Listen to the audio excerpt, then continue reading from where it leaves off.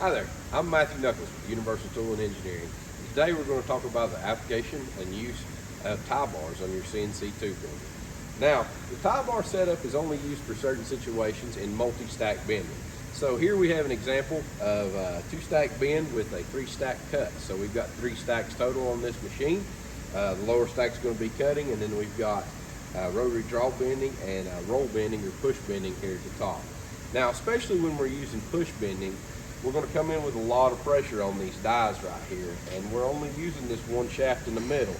So if we put too much pressure on that, that's going to cause our whole stack to bow over and flex and not get enough pressure to make a clean bend on the tube. So what we're going to do to negate that is use these tie bars. And these tie bars just kind of slide down on this mount right here on top, and they connect back to these bolsters on the arms over here.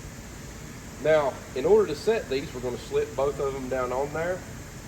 And then to set the pressure, we're going to set it loose like this. We're going to bring this one in hand tight, and then we're going to bring this one back, and we're going to tighten it all the way to hold pressure on that. We don't want to over tighten it too far forward, and we don't want to under tighten it too far back. It will cause flex and deflection in our die sets. So that's the proper way to set up your tie bar system on your bender.